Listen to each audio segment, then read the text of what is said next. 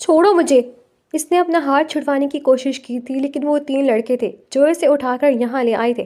وہ اپنے وجود کو چھڑوانے کی پوری کوشش کر رہی تھی، لیکن وہ 3 تھے اور وہ اکیلی، اور اوپر سے کمرے کی لائٹ بھی بند تھی۔ وہ ان دونوں کا چہرہ نہیں دیکھ پا رہی تھی۔ وہ چیخنا چاہتی تھی، لیکن ایک لڑکے نے سختی سے اس کے منہ پر ہاتھ رکھا تھا، جبکہ دوسرے لڑکے نے اس کے منہ پر کپڑا باندھا تھا۔ اس معصوم کے آنسو مسلسل بہہ رہے تھے۔ وہ پوری کوشش کر رہی تھی خود کو چھڑوانے کی، دل ہی دل میں وہ بہت سی دعائیں مانگ رہی تھی۔ اس کا پورا وجود کانپ رہا تھا۔ اسے لگا جیسے آج اس کی زندگی کا آخری دن ہے۔ اگر اس کے ساتھ کچھ غلط ہو جاتا تو اس نے خودکشی کر لینی تھی۔ ایک لڑکے نے اس کا بازو پکڑا تھا تو وہ مزید تیزی سے روتے اس سے دور ہونے کی کوشش کرنے لگی تھی، لیکن اس نے زبردستی اسے قابو کیا تھا۔ تبھی اسے اپنے بازو پر کوئی چیز چھوٹی سی محسوس ہوئی تھی، جس کے فوراً بعد وہ حواس کھونے لگی تھی۔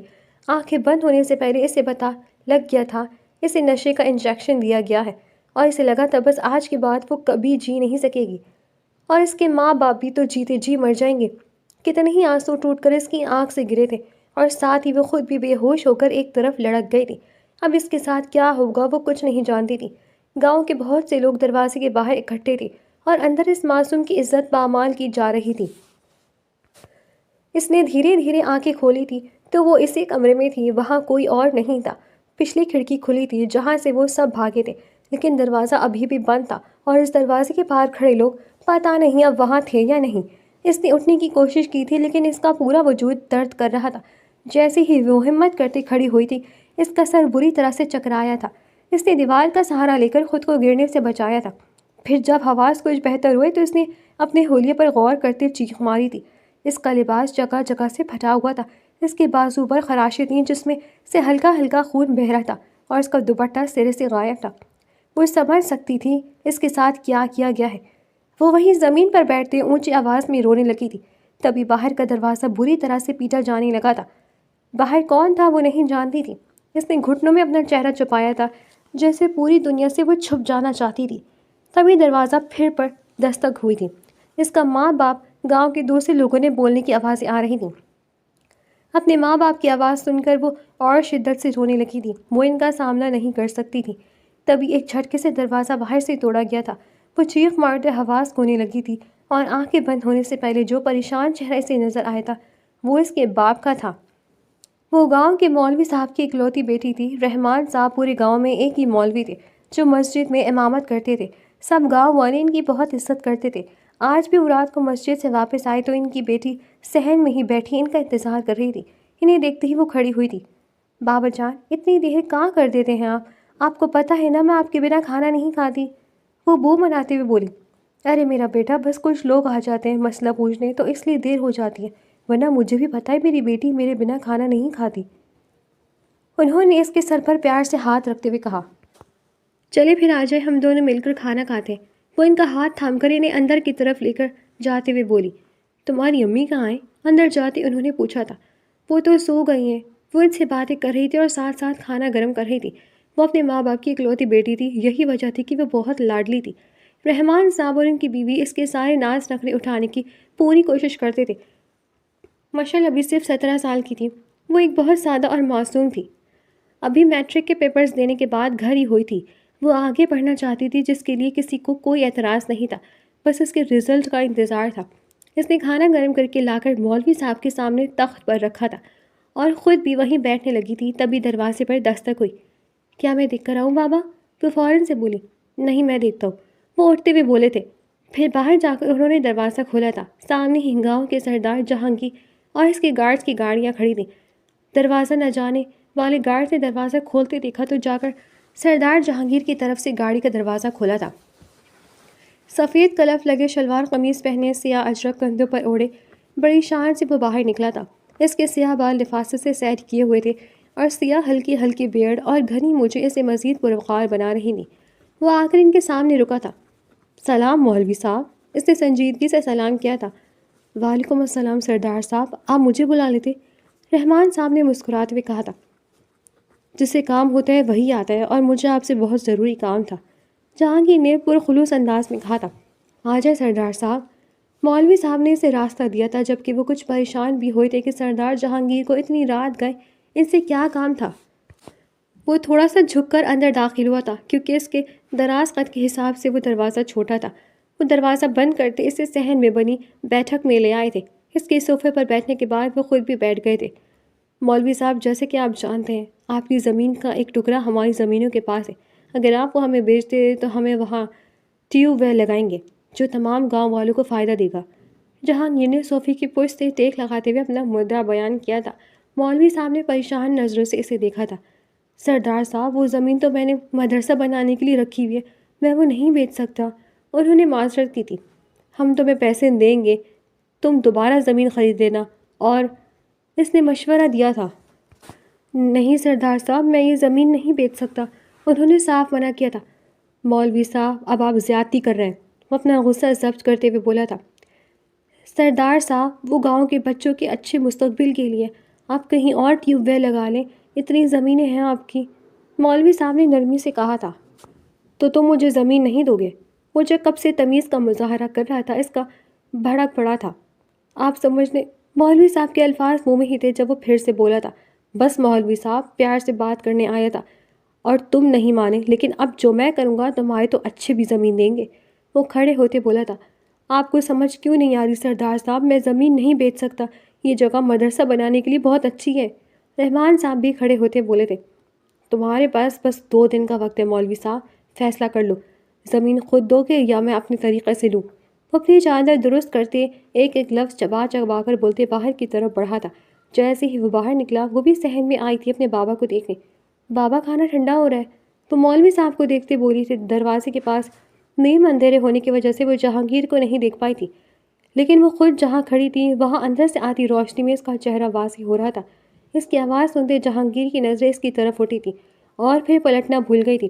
وہ گلابی لباس پہنے سیاہ چادر سے سر ڈھکے اور سرخ و سفید چہرے پر معصومیت لیے کھڑی تھی، لیکن پھر جیسے ہی اس کی نظر سردار جہانگیر پر پڑی، وہ فوراً سے پلٹ گئی تھی۔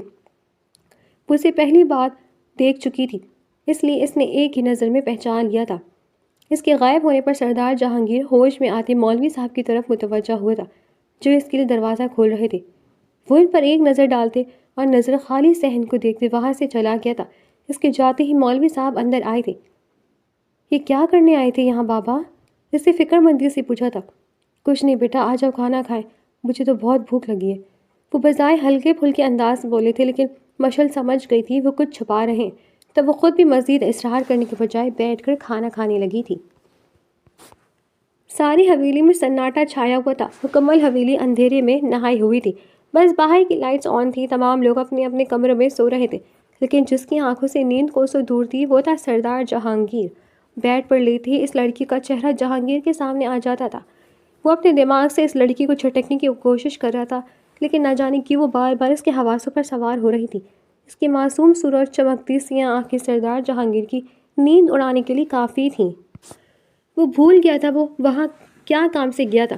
وہ بھول گیا تھا کہ اسے مولوی صاحب پر کتنا غصہ تھا۔ وہ بھول گیا تھا کہ اسے وہ زمین چاہیے تھی ہر صورت میں۔ اگر یاد رہا تھا تو بس وہ صرف معصوم چہرہ اور اس کی کھنکتی ہوئی آواز جو اس کے حواسوں پر سوار ہو رہی تھی۔ کیا مصیبت ہے؟ وہ جھنجھلاہٹ کا شکار ہوتا بیٹھا تھا۔ کیوں بار بار میرے خیالوں میں آ رہی ہے وہ؟ اس نے اپنا ماتھا انگلیوں سے مسلتے ہوئے سوچا۔ وہ بہت چھوٹی ہے جہانگیر، اسے مت سوچو اور یاد رکھ تیرے ہدف بہت بڑے ہیں، تجھے ان چکروں میں نہیں پڑنا۔ وہ جیسے خود کو یاد دلا رہا تھا، لیکن اس کا دل مسلسل بغاوت پر اترا تھا۔ جہانگیر اٹھ کر ٹیرس پر آ گیا اور اپنی دل کی حالت سے تنگ آتے سگریٹ جلائی تھی۔ ساری رات ادھر سے ادھر ٹہلتے وہ خود کو یہ باور کروانے کی کوشش کر رہا تھا کہ جیسا اس کا دل چاہ رہا ہے ایسا کچھ بھی نہیں ہو سکتا، یہ صرف ایک اٹریکشن ہے اور کچھ بھی نہیں۔ لیکن اس کا دل مسلسل نفی کر رہا تھا۔ اس کے دل و دماغ میں ایک جنگ چھڑی تھی۔ پہلی بار اس کا دل کسی لڑکی کے لیے دھڑکا تھا، وہ بھی ایسی لڑکی کو جو اس کے گاؤں کے مولوی کی بیٹی تھی اور صرف 17 سال کی تھی، یعنی جہانگیر سے 13 سال چھوٹی۔ یہ بات اسے مزید مضطرب کر رہی تھی، جبکہ وہ خود کو یہ سب یقین دلا دلا کر تھک گیا تھا۔ وہ آ کر بیڈ پر لیٹا تھا اور یہی سب سوچتے وہ نیند کی وادیوں میں گم ہو گیا تھا، اس بات سے انجان کہ بہت جلد اس سے اس کا یہ سکون چھیننے والا ہے۔ وہ اپنے ڈیرے پر بیٹھا تھا، دماغ اس کا آج بھی الجھا ہوا تھا۔ وہ لڑکی اس کے ذہن سے نکل ہی نہیں رہی تھی۔ وہ ڈیرے پر بڑی چارپائی پر لیٹا آسمان کو دیکھتے اس کے بارے میں سوچ رہا تھا۔ تبھی اس کا ملازم بھاگتے ہوئے اس کی طرف آیا تھا۔ سردار صاحب، اس نے قریب آتے سے پکارا تھا۔ کیا ہوا ہے وسیم؟ اس نے اپنے خیالات کو جھٹکتے اٹھ کر بیٹھتے پوچھا تھا۔ سردار صاحب، ارسلان صاحب کے آدمیوں نے زمینوں پر ہمارے آدمی کو بہت بری طرح سے مارا ہے۔ وسیم کے بتانے پر وہ تیزی سے کھڑا ہوا تھا۔ آج اس ارسلان کو میں نہیں چھوڑوں گا۔ وہ جو پہلے ہی اپنی کیفیت میں الجھا ہوا تھا، اوپر سے یہ سنتے اس کا دماغ مزید گھما تھا۔ وہ تیزی سے کھڑے ہوتے بولا تھا، سردار صاحب آپ کچھ نہیں کرے گا؟ اگر بڑے سردار صاحب کو پتہ لگ گیا تو وہ مجھے نہیں چھوڑیں گے۔ آپ ہمیں حکم دیں، ہم نپٹ لیں گے۔ وسیم اس کے ارادے سمجھتے بولا تھا، اس سے تو آج میں خود حساب برابر کروں گا۔ وہ فوراً سے بھائی کی طرف بڑھا تھا اور گاڑی نکالی تھی۔ گارڈز نے بھی فوراً اس کے پیچھے گاڑیاں نکالی تھیں۔ سردار ارسلان مخالف گاؤں سے تھا، جس کے ساتھ جہانگیر کا زمینی مسئلہ چل رہا تھا۔ وہ زمینوں جو جہانگیر کے دادا سے ارسلان کے دادا نے چھینی تھی، جہانگیر نے وہ زمین واپس حاصل کر لی تھی، جس وجہ سے اب ارسلان کے آدمی جہانگیر کے آدمیوں کو تنگ کرتے رہتے تھے۔ ارسلان کو لگتا تھا یہ اس کی زمین ہے اور اب وہ اسے واپس لینا چاہتا تھا، لیکن جہانگیر یہ سب ہونے نہیں دے سکتا تھا۔ جہانگیر کی گاڑی آ کر ارسلان کے ڈیرے پر رکی تھی۔ ارسلان باہر نکلو تم! وہ اس کے ڈیرے کے اندر داخل ہوتے چلایا تھا۔ واہ بھائی، آج تو سردار جہانگیر آئے ہیں ہمارے غریب خانے میں۔ ارسلان بازو پھیلا کر اس کی طرف آتے تن زدن ہنستے ہوئے بولا تھا۔ جہانگیر نے قریب آتے اس کے منہ پر مکہ مارا تھا۔ ارسلان کا چہرہ ایک طرف ڈھلکا تھا، اس کے چہرے کی مسکراہٹ سمٹی تھی اور اس کے تاثرات سخت ہوئے تھے۔ ارسلان کے آدمیوں نے فوراً سے بھی اپنی بندوقیں اس پر تانی تھی۔ تم! ارسلان غصے سے اس کی طرف بڑھا تھا، لیکن جہانگیر نے اس کے سینے پر ہاتھ رکھتے سے پیچھے کی طرف دھکا دیا تھا۔ تمہاری ہمت کیسے ہوئی میرے آدمی پر ہاتھ اٹھانے کی؟ جہانگیر نے اسے دھکا دیتے ہوئے پوچھا۔ ارسلان نے لڑکھڑاتے ہوئے خود کو سنبھالا تھا، اس کی آنکھوں میں غصہ دہک رہا تھا۔ ہمت؟ وہ دانت پیسا تھا۔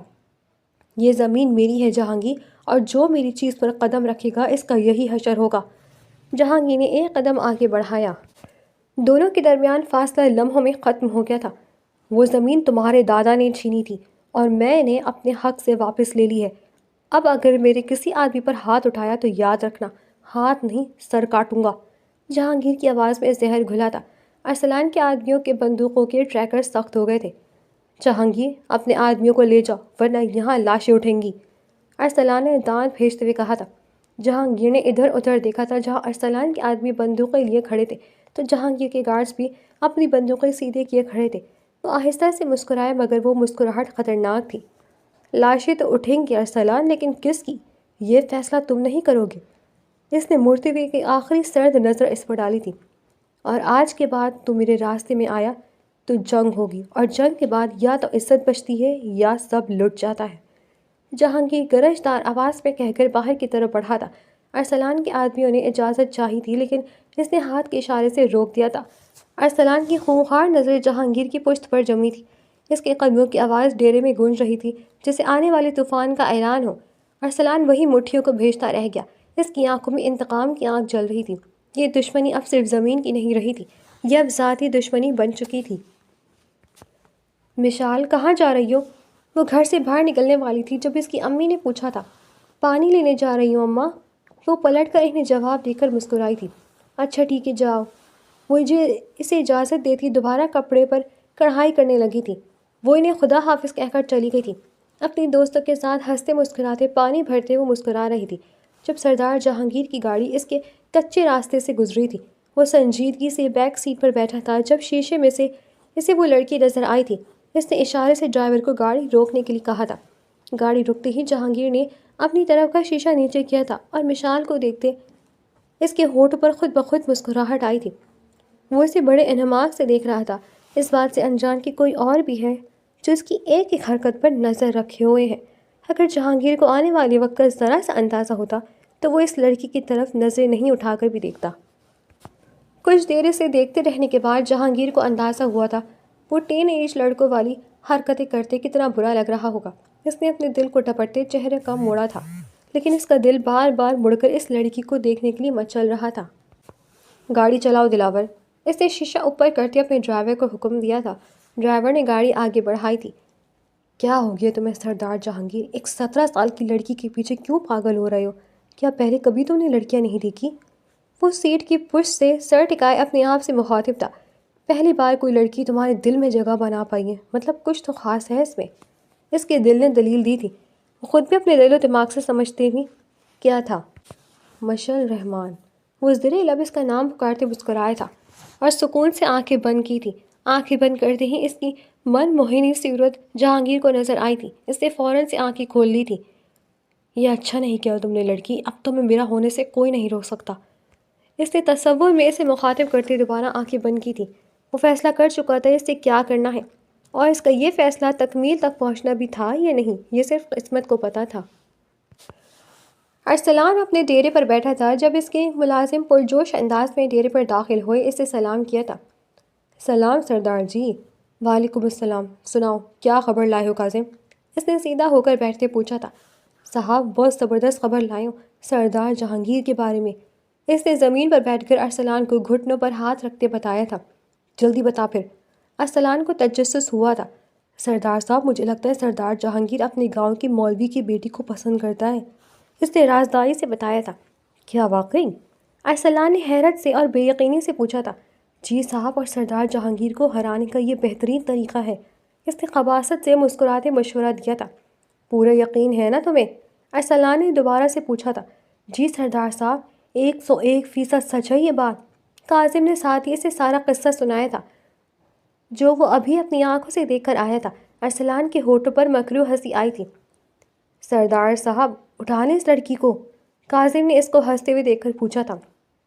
نہیں کاظم، ابھی نہیں، ذرا صبر رکھو، ابھی سب کچھ ہوگا، بس موقع ملنے دو، پہلے مجھے ساری ڈیٹیلز معلوم کر کے بتاؤ۔ وہ پھر سوچ انداز میں بولا تھا۔ ٹھیک ہے صاحب، تو صاحب میں جاؤں؟ کاظم نے کھڑے ہوتے پوچھا تھا۔ ہاں جاؤ، اور ایسے ہی اپنا کام کرتے رہو، وہ اس کا کندھا تھپتھپا کر بولا تھا۔ اب دیکھ سردار جہانگیر، میں تیرے ساتھ کرتا کیا ہوں، بڑا غرور ہونا ہے تجھے اپنی سرداری پر، اگر یہ غرور خاک میں نہ ملائے تو کہنا۔ اس کے شیطانی دماغ سے فوراً سے منصوبہ بنایا تھا۔ وہ معصوم جو اپنی سہیلیوں کے ساتھ ہنستے مسکراتے پانی بھرتے کھلکھلا رہی تھی، اس بات سے بالکل انجان تھی کہ اس معصوم کی ہنسی چھیننے کے لیے کیا کیا منصوبے بن رہے تھے۔ ارسلان نے ساری معلومات نکال لی تھی۔ اس کے حکم دینے پر اب اس کے آدمی گھاٹ لگائے بیٹھے تھے تاکہ موقع ملے اور اس لڑکی کو اٹھا سکے۔ شام کو وہ گھر سے باہر آئی تھی۔ سیاہ چادر میں چھپی وہ بے حد معصوم لگ رہی تھی۔ جھاڑیوں میں چھپے آدمیوں نے شیطانی مسکراہٹ سے اسے دیکھا تھا، اور پھر جیسے ہی وہ ان کے قریب پہنچی، ایک آدمی نے اس کا ہاتھ پکڑ کر کھینچا تھا اور اسے کچھ بھی سمجھنے کا موقع دیے بنا اس کے منہ پر ہاتھ رکھتے، اس کی چیخ روکتے، اسے گھسیٹتے ہوئے وہاں سے لے گئے تھے۔ وہ مسلسل ہاتھ پاؤں مار رہی تھی، لیکن ان لوگوں نے سختی سے اسے پکڑا ہوا تھا۔ وہ اسے ایک گودام میں لے کر گئے تھے جہاں ہر طرف اندھیرا ہی اندھیرا تھا۔ وہ مسلسل خود کو چھڑوانے کی کوشش کر رہی تھی۔ چھوڑو مجھے! اس نے اپنا ہاتھ چھڑوانے کی کوشش کی تھی، لیکن وہ 3 لڑکے تھے جو اسے اٹھا کر یہاں لے آئے تھے۔ وہ اپنے وجود کو چھڑوانے کی پوری کوشش کر رہی تھی، لیکن وہ 3 تھے اور وہ اکیلی، اور اوپر سے کمرے کی لائٹ بھی بند تھی۔ وہ ان تینوں کا چہرہ نہیں دیکھ پا رہی تھی۔ وہ چیخنا چاہتی تھی، لیکن ایک لڑکے نے سختی سے اس کے منہ پر ہاتھ رکھا تھا، جبکہ دوسرے لڑکے نے اس کے منہ پر کپڑا باندھا ہوا تھا۔ اس معصوم کے آنسو مسلسل بہہ رہے تھے۔ وہ پوری کوشش کر رہی تھی خود کو چھڑوانے کی، دلی دل میں وہ بہت سی دعائیں مانگ رہی تھی۔ اس کا پورا وجود کانپ رہا تھا۔ اسے لگ رہا تھا جیسے آج اس کی زندگی کا آخری دن ہے۔ اگر اس کے ساتھ کچھ غلط ہو جاتا تو اس نے خودکشی کر لینی تھی۔ ایک لڑکے نے اس کا بازو پکڑا تھا تو وہ مزید تیزی سے روتے ہوئے اس سے دور ہونے کی کوشش کرنے لگی تھی، لیکن اس نے زبردستی اسے قابو کیا تھا۔ تبھی اسے اپنے بازو پر کوئی چیز چھوٹی سی محسوس ہوئی تھی، جس کے فوراً بعد وہ حواس کھونے لگی تھی۔ آنکھیں بند ہونے سے پہلے اسے پتہ لگ گیا تھا اسے نشے کا انجیکشن دیا کیا ہے، اور اسے لگا تھا بس آج کے بعد وہ کبھی جی نہیں سکے گی، اور اس کے ماں باپ بھی تو جیتے جی مر جائیں گے۔ کتنے ہی آنسو ٹوٹ کر اس کی آنکھ سے گرے تھے، اور ساتھ ہی وہ خود بھی بے ہوش ہو کر ایک طرف لڑک گئی تھی۔ اب اس کے ساتھ کیا ہوگا وہ کچھ نہیں جانتی تھی۔ گاؤں کے بہت سے لوگ دروازے کے باہر اکٹھے تھے، اور اندر اس معصوم کی عزت پامال کی جا رہی تھی۔ وہاں سے گزرتی ایک عورت جو ان آدمیوں کو مشعل کو اٹھاتے دیکھ چکی تھی، وہ بھاگتے ہوئے مولوی کے گھر گئی تھی۔ مولوی صاحب، مشعل بیٹی کو کوئی آدمی اٹھا کر لے گئے ہیں، وہ حواس باختگی سے بولی تو مشعل کی امی کے ہاتھ میں تھاما پانی کا گلاس نیچے گرا تھا۔ مولوی صاحب بھی جھٹکے سے کھڑے ہوئے تھے۔ کیا کہہ رہی ہو بہن؟ انہوں نے غصے سے پوچھا تھا۔ میں سچ کہہ رہی ہوں، جا کر دیکھو، اس سے پہلے دیر ہو جائے۔ وہ عورت کی بات سنتے رحمان صاحب باہر کی طرف بھاگے تھے۔ صرف وہ وہی نہیں بلکہ گاؤں کے بہت سے لوگ ان کے ساتھ شامل ہو گئے تھے۔ ان کے ہاتھ کانپ رہے تھے، لیکن کچھ بھی کہہ نہیں اپنی بیٹی کو بچانا تھا۔ اس نے دھیرے دھیرے سے آنکھیں کھولی تھیں تو وہ اسی کمرے میں تھی، وہاں کوئی اور نہیں تھا۔ پچھلی کھڑکی کھلی تھی جہاں سے وہ سب بھاگے تھے، لیکن دروازہ ابھی بھی بند تھا، اور اس دروازے کے پاس کھڑے لوگ پتہ نہیں اب وہاں تھے یا نہیں۔ اس نے اٹھنے کی کوشش کی تھی لیکن اس کا پورا وجود درد کر رہا تھا۔ جیسے ہی وہ ہمت کرتے کھڑی ہوئی تھی اس کا سر بری طرح سے چکرایا تھا۔ اس نے دیوار کا سہارا لے کر خود کو گرنے سے بچایا تھا۔ پھر جب حواس کچھ بہتر ہوئی تو اس نے اپنے حلیے پر غور کرتے چیخ ماری تھی۔ اس کا لباس جگہ جگہ سے پھٹا ہوا تھا، اس کے بازو پر خراشیں تھیں جس میں اسے ہلکا ہلکا خون بہہ رہا تھا اور اس کا دوپٹہ سرے سے غائب تھا۔ وہ سمجھ چکی تھی کہ اس کے ساتھ کیا کیا گیا ہے۔ وہ وہیں زمین پر بیٹھی اونچی آواز میں رونے لگی تھی۔ تبھی باہر کا دروازہ بری طرح پیٹا جانے لگا تھا۔ باہر کون تھا وہ نہیں جانتی تھی۔ اس نے گھٹوں میں اپنا چہرہ چھپایا تھا جیسے پوری دنیا سے وہ چھپ جانا چاہتی تھی۔ تبھی دروازے پر پھر دستک ہوئی تھی۔ اس کا ماں باپ اور گاؤں کے دوسرے لوگوں کے بولنے کی آوازیں آ رہی تھیں۔ اپنے باپ کی آواز سن کر وہ اور شدت سے رونے لگی تھی۔ وہ ان کا سامنا نہیں کر سکتی تھی۔ تبھی ایک جھٹکے سے دروازہ باہر سے توڑا گیا تھا۔ وہ چیخ مارتے حواس کھونے لگی تھی اور آنکھیں بند ہونے سے پہلے جو پریشان چہرہ اسے نظر آیا تھا وہ اس کے باپ کا تھا۔ وہ بار بار اس گودام کا دروازہ پیٹ رہے تھے جس کے پیچھے ان کی بیٹی تھی۔ اندر سے انہیں اپنی بیٹی کی گھٹی گھٹی چیخوں کی آواز آئی تھی۔ ان کے ہاتھ لڑکھڑائے تھے۔ بہت کوشش کے بعد لڑکوں نے دروازہ توڑا تھا۔ وہ سب بھاگ کر اندر داخل ہوئے تو وہ مشل ہی تھی، ان کی بیٹی جو زمین پر بے سد پڑی تھی۔ رحمان صاحب اور ان کی بیوی قریب جا کر جھکے تھے۔ اس کی ماں نے روتے ہوئے بے تابی سے اس کا چہرہ تھپتھپایا تھا۔ مشل مشل، وہ روتے ہوئے سے پکار رہی تھی۔ رحمان صاحب کی آنکھوں میں بھی اپنی بیٹی کو دیکھ کر آنسو آئے تھے۔ مشل کا لباس جگہ جگہ سے پھٹا ہوا تھا، دوپٹہ کہیں دور پڑا تھا، بال بکھرے ہوئے تھے، وہ قابل رحم حالت میں پڑی تھی۔ رحمان صاحب وہیں زمین پر ڈھہ گئے تھے۔ سب گاؤں والوں نے بہت مشکل سے انہیں سنبھالا تھا۔ ایک بڑا سا دوپٹہ مشل پر دے کر کچھ عورتیں اسے گھر چھوڑ کر آئی تھیں۔ رحمان صاحب اور ان کی بیوی کو بھی سہارا دے کر سب گھر چھوڑ کر آئے تھے۔ سب گاؤں والوں میں چند مغیاں چپ کری تھی۔ یہ سب جہانگیر نے کروایا کیونکہ آج کل اسی کی مولوی کے ساتھ لڑائی چل رہی تھی زمین کے ٹکڑے پر۔ آہستہ آہستہ یہ بات پورے گاؤں میں پھیلنے لگی تھی کہ مولوی صاحب کی بیٹی کا ریپ ہوا ہے جو جہانگیر نے کروایا ہے۔ وہ گھر آتے ہی چارپائی پر ڈھہ سے گئے تھے۔ اب کیا ہوگا رحمان صاحب، ہماری بیٹی تو جیتے جی مر جائے گی۔ مشل کی ماں بے تحاشا روتے ہوئے بولی تھی۔ حوصلہ رکھو مشل کی ماں، حوصلہ رکھو۔ وہ خود بھی بمشکل اپنے آنسو روکتے بولے تھے۔ وہ باپ تھے لیکن اپنی بیٹی کی حالت دیکھ کر ان کا دل پھٹ رہا تھا۔ تبھی کمرے سے مشل کے چیخنے کی آوازیں آنے لگی تھیں تو وہ بھاگ کر اندر کی طرف گئے تھے جہاں وہ مسلسل روتے ہوئے چلا رہی تھی۔ مشل بیٹا، کوئی نہیں ہے یہاں۔ رحمان صاحب نے اس کا چہرہ تھپتھپا سے اسے ہوش دلانے کی کوشش کی تھی لیکن وہ مسلسل روئی جا رہی تھی جیسے وہ اپنے حواس کھونے لگی ہو۔ مشل، آنکھیں کھولو بیٹا۔ انہوں نے اس کے بازو پکڑ کر ہلائے تو اس نے آنکھیں کھول کر انہیں دیکھا تھا اور پھر اپنی ماں کو۔ اس کے بعد وہ ان کے سینے سے لگتے مزید شدت سے رونے لگی تھی۔ وہ اتنی بری طرح روئی کہ وہ دونوں بھی اس کے ساتھ رو دیے تھے۔ بہت مشکل سے اسے چپ کروانے کے بعد لٹایا تو وہ دوبارہ غنودگی میں چلی گئی تھی۔ شاید نشہ آور انجیکشن کا اثر تھا۔ مجھے لگتا ہے ہمیں اسے ڈاکٹر کے پاس لے کر چلنا چاہیے، رحمان صاحب نے شکستہ نظروں سے اپنی بیٹی کو دیکھتے کہا تھا۔ آپ ٹھیک کہہ رہے ہیں، اسے شہر لے کر چلتے ہیں تاکہ اس پہ ہوش میں تو آئے۔ مجھ سے اپنی بیٹی کی حالت دیکھی نہیں جا رہی۔ اس کی امی اس کے بالوں کو پیار سے سہلاتے ہوئے بولی۔ شام کو ہی وہ لوگ اسے شہر لے کر چلے گئے تھے۔ دوسری طرف جب سردار جہانگیر کو اس بات کی خبر ہوئی تو ایک لمحے کے لیے تو جیسے اس کا دماغ چکرا کر رہ گیا تھا۔ کیا بکواس کر رہے ہو تم دلاور، ایسے کیسے ہو سکتا ہے؟ وہ اپنے ملازم پر دھاڑا تھا۔ میں سچ کہہ رہا ہوں سردار صاحب، اور سب اس کا الزام آپ کو دے رہے ہیں۔ دلاور نے یقین دلانے کی کوشش کی تھی۔ ایک لمحے کے لیے جہانگیر نے بے یقینی سے دلاور کی طرف دیکھا تھا۔ وہ تو اس معصوم کو دیکھنے کبھی نہیں سوچ سکتا تھا اور کہاں یہ سب کروانا۔ جہانگیر کا دماغ گھوما تھا۔ مجھ پر کون اتنے یقین سے یہ بات کہہ سکتا ہے؟ اس نے دوبارہ سے پوچھا تھا۔ سارے گاؤں میں یہ باتیں ہو رہی ہیں صاحب، پتہ نہیں کون نہیں کس نے کیا ہے۔ دلاور نے سر جھکائے وضاحت دی تھی۔ دلاور، ایسا کون کر سکتا ہے؟ کس کی اتنی جرت ہے؟ وہ غصے سے کھڑے ہوتے چلایا تھا۔ پتہ نہیں سردار جی، کون کر سکتا ہے؟ دلاور نے اسے پہلے کبھی اتنے غصے میں نہیں دیکھا تھا۔ تو پتہ کرو جا کر کون کر سکتا ہے یہ، کس کی اتنی ہمت ہے؟ وہ غصے سے اپنے بالوں میں ہاتھ پھیرتے بولا تھا۔ جی سردار جی، دلاور تابیداری سے جواب دیتے چلا گیا تھا۔ دلاور کے جانے کے بعد جہانگیر وہی صوفے پر ڈھہ گیا تھا۔ اس کا دل یہ سوچ سوچ کر پھٹ رہا تھا کہ وہ معصوم کس قدر مشکل میں ہوگی۔ وہ یہ بھول گیا تھا الزام اس پر لگایا گیا ہے۔ اس کا دل جیسے اس کی تکلیف پر کانپ کر رہ گیا تھا اور جہانگیر کو اب اندازہ ہوا تھا کہ وہ اس معصوم لڑکی کے عشق میں جس قدر ڈوب چکا تھا، لیکن یہ حرکت کون کر سکتا ہے؟ یہی سوچ ذہن میں آتے ہی جہانگیر کا دماغ گھما تھا۔ تم جو کوئی بھی ہو، میں تمہیں چھوڑوں گا نہیں، اس نے غصے سے صوفے پر مکہ مارا تھا۔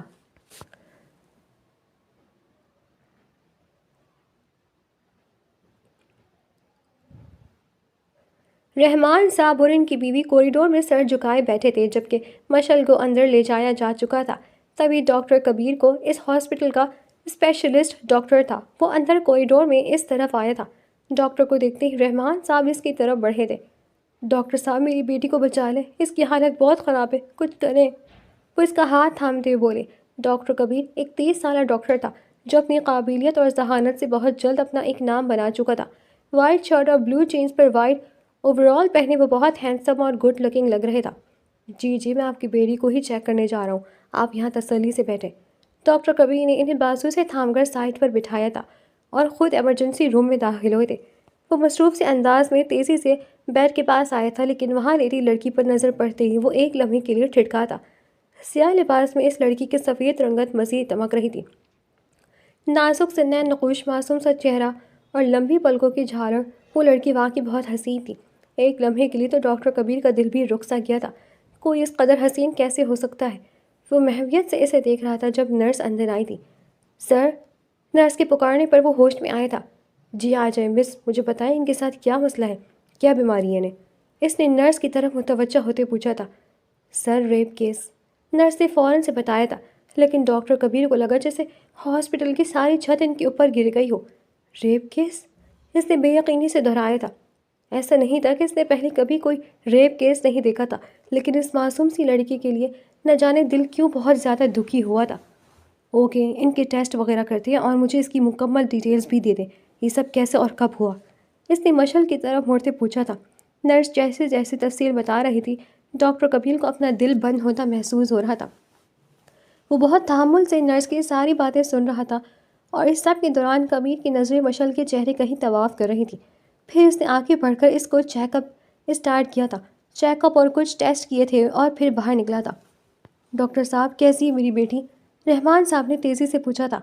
آپ کی بیٹی بالکل ٹھیک ہے، زیادہ خطرے کی بات نہیں ہے، بس وہ بہت زیادہ ڈر گئی ہیں، اس لیے ابھی ہوش میں نہیں آ رہی، کچھ دیر تک وہ ہوش میں آ جائیں گی، آپ پریشان نہ ہوں۔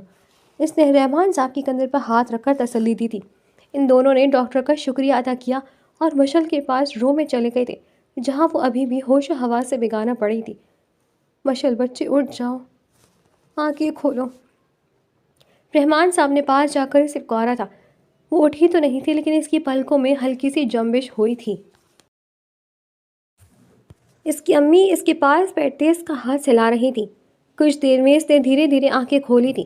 وہ دونوں اسے ہوش میں آتا دیکھ کر خوشی سے اس کی طرف جھکے تھے۔ آنکھیں کھولو بیٹا، میری طرف دیکھو۔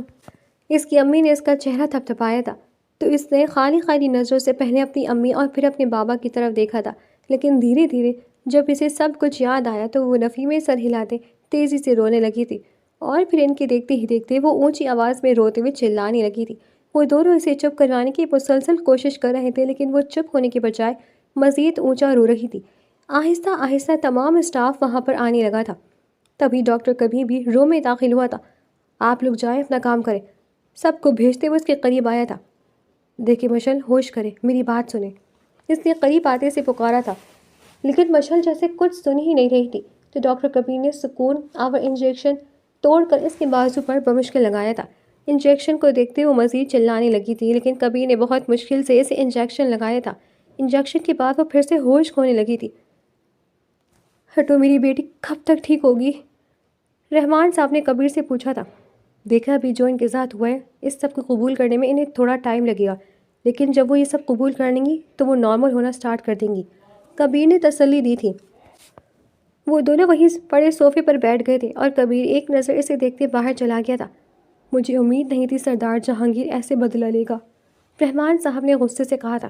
انہیں رہ رہ کر جہانگیر پر غصہ آ رہا تھا لیکن وہ باپ ہو کر بھی اس کا کچھ نہیں بگاڑ سکتے تھے۔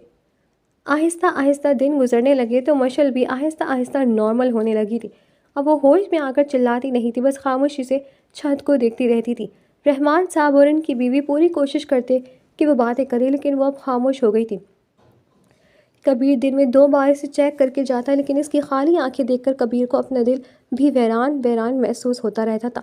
آج بھی وہ ٹیک لگا کر بیٹھی تھی، اس کی امی اسے سیب کھلا رہی تھیں اور ڈاکٹر کبیر اس کی ڈرپ ٹھیک کر رہے تھے جب وہ بولی تھی، اماں مجھے گاؤں واپس نہیں جانا۔ وہ نظریں دیوار پر ٹکائے بولی تھی، وہ کسی کی طرف نہیں دیکھ رہی تھی۔ اس کی بات پر کمرے میں موجود تمام لوگ بے یقینی سے اسے دیکھنے لگے تھے۔ ہم گاؤں چھوڑ دیں گے بیٹا، رحمان صاحب نے اس کی دلجوئی کی تھی۔ تو تب تک میں گاؤں نہیں جاؤں گی، میں اب کبھی اس گاؤں میں نہیں جاؤں گی، وہ دو ٹوک انداز میں بولی تھی۔ ٹھیک ہے بیٹا، لیکن تب تک کہاں رہو گی تم؟ رحمان صاحب پریشانی سے بولے تھے۔ میں ہاسپٹل میں رہ لوں گی۔ اس کے پاس جیسے سب مسئلوں کا حل موجود تھا۔ لیکن بیٹا ہاسپٹل والی بھی کتنے دن رکھیں گے؟ مولوی صاحب کی بات مکمل ہونے سے پہلے کبیر نے ان کی بات کاٹی تھی، جو کب سے خاموش کھڑا تھا۔ دیکھیے رحمان صاحب، میں انہیں اپنے گھر بنا دے سکتا ہوں اگر آپ کو مسئلہ نہ ہو۔ کبیر نے مشورہ دیا تھا، وہ اس معصوم لڑکی کو اب کھونا نہیں چاہتا تھا۔ لیکن بیٹا، وہ جز بزز ہوئے تھے، میرے گھر میں میری والدہ بھی ہیں، تو کوئی مسئلہ نہیں ہوگا انہیں وہاں، بلکہ آپ سب چلیے گا، میری والدہ سے بھی مل لیجیے گا اور انہیں بھی وہیں چھوڑ جائیے گا، اور جب آپ کا مسئلہ حل ہو جائے گا آپ تب انہیں لے جائیے گا۔ کبیر نے تفصیل سے بتایا تھا۔ ٹھیک ہے بیٹا، آپ کا احسان ہوگا ہم پر۔ رحمان صاحب اس کے مشکور ہوئے تھے۔ احسان والی کوئی بات نہیں ہے، پھر کل یہ ڈسچارج ہو رہی تو آپ سب میرے ساتھ چلیے گا۔ وہ انہیں کہتا باہر نکل گیا تھا۔ رحمان صاحب نے مشعل کی طرف دیکھا تھا۔ مشعل بیٹا، آپ کو کوئی اعتراض تو نہیں؟ نہیں، وہ جیسے کسی ربورٹ کی طرح بول رہی تھی۔ مجھے لیٹنا ہے۔ وہ لیٹنے کی کوشش کرتے بولی تھی تو اس کی امی بیڈ سے اٹھی تھی تاکہ وہ لیٹ جائے۔ وہ دوسری طرف رخ موڑے لیٹ گئی تھی۔ ایک خاموش آنسو اس کی آنکھ سے نکل کر تکیے میں جذب ہوا تھا۔ اسے جہانگیر کا چہرہ نظر آیا تھا۔ اسے وہ نظریں یاد آئی تھیں جن میں اسے صرف ایک بار دیکھا تھا، اور وہ ایک بار کا دیکھنا وہ آج تک نہیں بھولی تھی۔ لیکن وہ شخص بدلے کی آگ میں اسے اس کا سب کچھ چھین چکا تھا۔ مشعل کو اس سے نفرت محسوس ہوئی تھی، ایک اپنے ساتھ ہوئی زیادتی کا دکھ، اور دوسرا نئی نئی جنم لیتی محبت کے مر جانے کے ملال نے اسے جہانگیر سے نفرت کرنے پر مجبور کر دیا تھا۔ وہ اس دنیا میں اگر اب کسی کا سامنا کبھی نہیں کرنا چاہتی تھی تو وہ تھا جہانگیر۔ اپنے آنسو صاف کرتے اس نے آنکھیں بند کر لی تھی، اس بات سے انجان کی زندگی کے ایک موڑ پر اسے جہانگیر کا سامنا ضرور کرنا تھا۔ دوسری طرف جہانگیر نے اپنی طرف سے ساری معلومات نکلوانے کی کوشش کی تھی، لیکن مولوی صاحب کے ساتھ کسی کی کوئی دشمنی نہیں تھی۔ بہت کوششوں کے بعد اسے کوئی ثبوت نہیں ملا تھا، اور پوری قوم میں یہ مشہور ہو چکا تھا کہ یہ سب جہانگیر نے کیا ہے۔ لیکن جہانگیر کے سامنے بولنے کی ہمت کسی کی نہیں تھی، اور یہ بات جہانگیر بھی جانتا تھا۔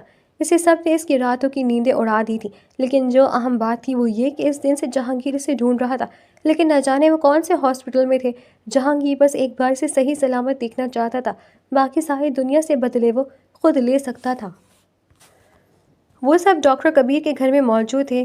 ماشاءاللہ آپ کی بیٹی تو بہت کیوٹ ہے، کبیر کی ماں سے خوش دلی سے ملی تھی۔ مشعل کو گلے لگاتے انہوں نے مشعل کی تعریف بھی کی تھی۔